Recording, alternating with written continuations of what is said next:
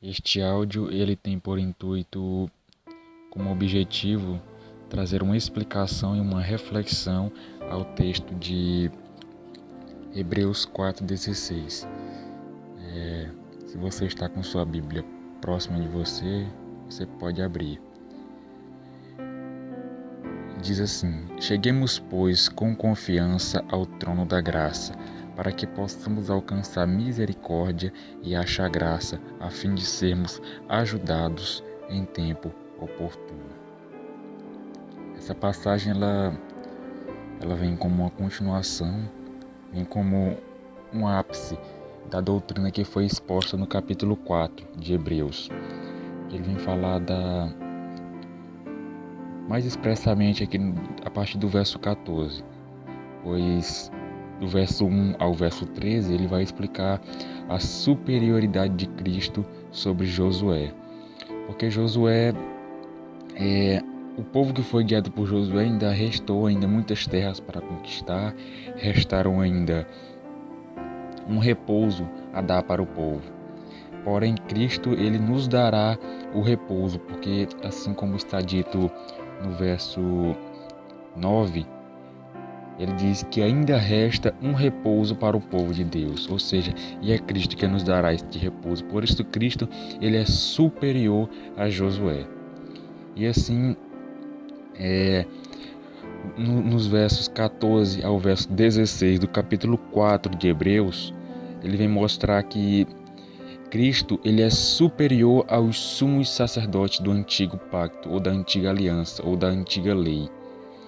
Que na verdade os sacerdotes, os sumos sacerdotes do antigo pacto, eles ofereciam um sacrifício, primeiramente por si mesmos, por seus pecados, ou seja, eles eram homens pecadores, eram homens carnais, assim como as outras pessoas que iriam oferecer o sacrifício.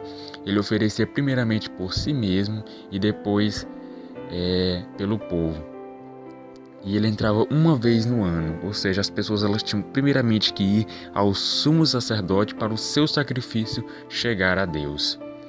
E ele partindo disso, o autor de Hebreus, partindo desta doutrina, ele vai expressar a superioridade de Cristo, que é um sumo sacerdote também, só que um sumo sacerdote segundo a ordem de Melquisedeque, que é uma ordem, na verdade, que nós vemos este personagem Melquisedeque lá em Gênesis, se você perceber, que era rei de Salém, e que nós não vemos nem os seus pais, ou seja, nós não temos menção do seu nascimento e nós não temos também menção da sua morte, entendendo assim que isso era uma sombra, era a sombra das coisas que haviam de vir, ou seja, uma sombra do Cristo.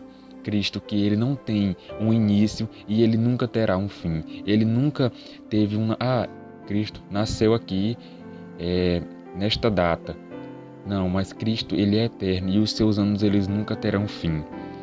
E nós percebemos no verso 3 do capítulo 1 de Hebreus, ele vai dizer que Cristo ele se assentou à destra da majestade de Deus e ele efetuou por si mesmo, ou seja, ele entregou o seu próprio corpo.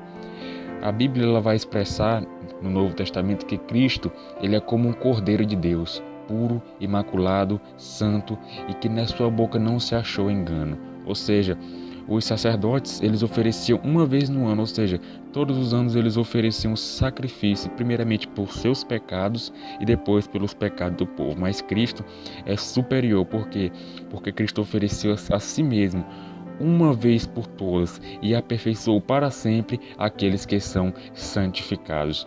Ou seja, Cristo ofereceu uma vez e o seu sacrifício ele é suficiente, ele é definitivo para nos salvar dos nossos pecados, para salvar-nos destes pecados que estavam nos condenando à morte, para nos salvar do império do pecado, do império da morte e para nos dar um descanso eterno.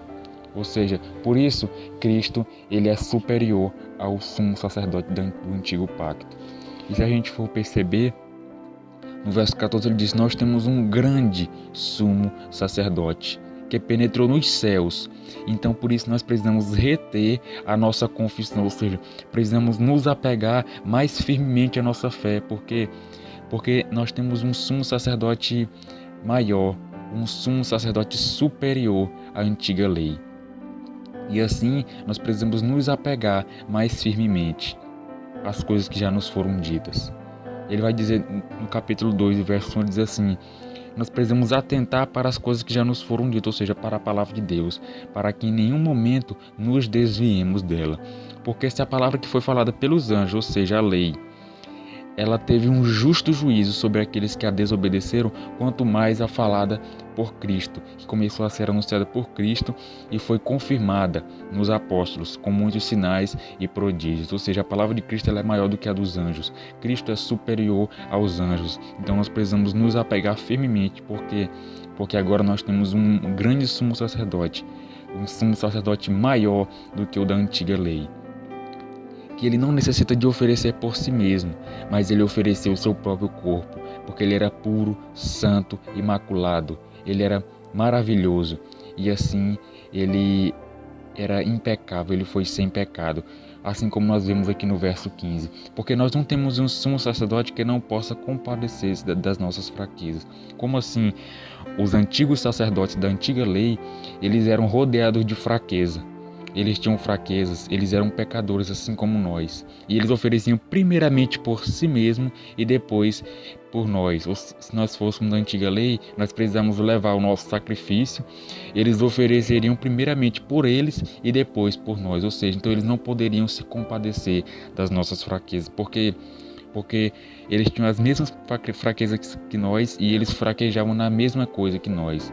Mas Cristo é diferente, ele vai dizer, porém que como nós em tudo foi tentado, mas sem pecado. Ou seja, Cristo, ele em tudo foi pecado, ele em tudo foi tentado, que ele se encarnou na forma humana, ele tomou a forma de servo, ele se tornou semelhante aos homens. Ou seja, que na verdade Cristo ele foi semelhante a nós no corpo, ele sentiu fome, ele passou limitações, ele cansou, ele dormiu. Ele, do seu lado humano, ele orou a Deus, ele esteve em constante oração e consagração a Deus.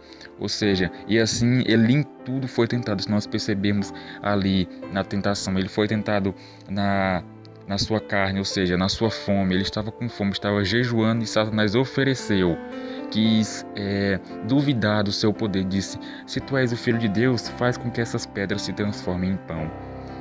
E ele foi tentado a tentar o Senhor, seu Deus.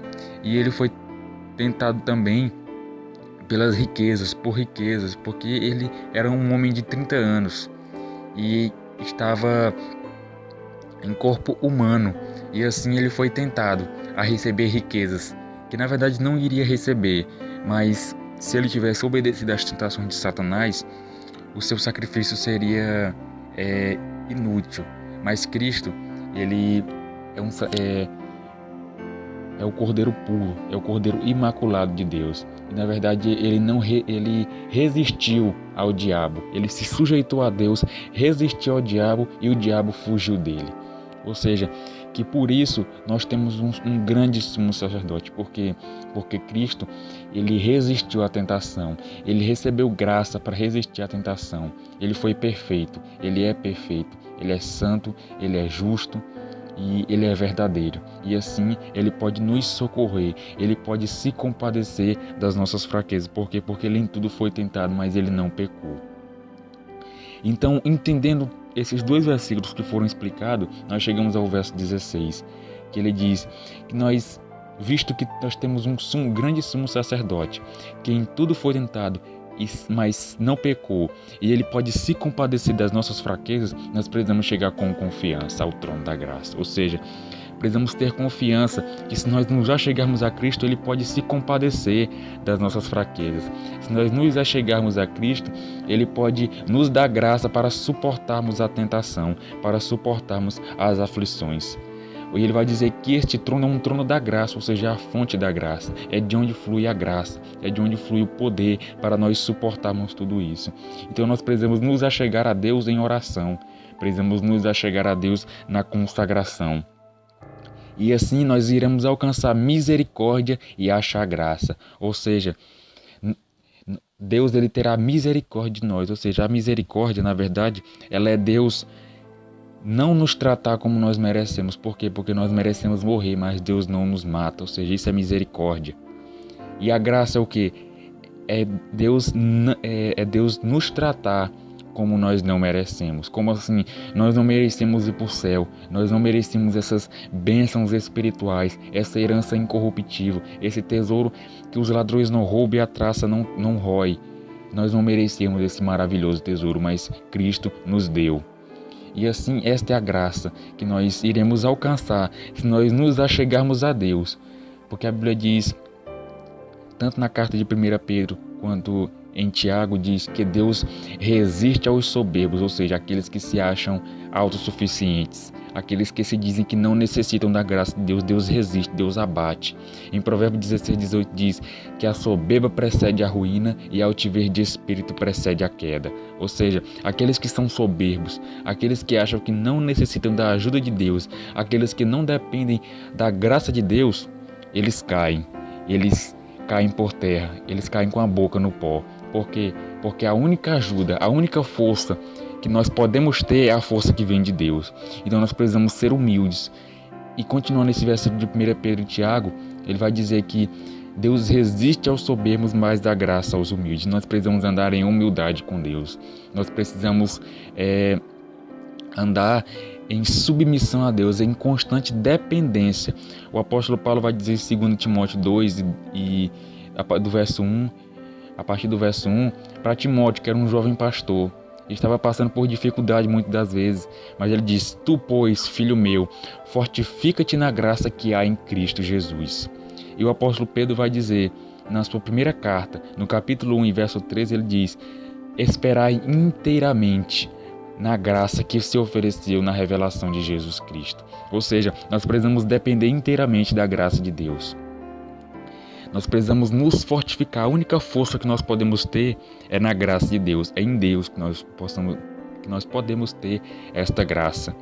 E assim, ter força, ter firmeza para que nós possamos resistir às tentações, resistir às aflições, resistir ao diabo, fugir da aparência do mal, nos abster de todo o mal, porque nós temos um grande sumo sacerdote que no céu intercede por nós a Deus.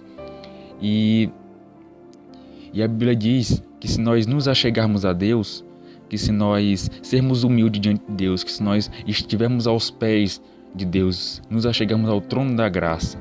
O apóstolo Pedro diz em 1 Pedro 5:10, ele diz: E o Deus de toda graça, que vos chamou em Cristo, Ele mesmo vos confirmará, vos aperfeiçoará, vos firmará e vos fortalecerá. Ou seja, nós precisamos depender da graça de Deus, nós precisamos nos fortificar na graça, nos fortificar na consagração a Deus, rogar pela graça de Deus em nossas vidas.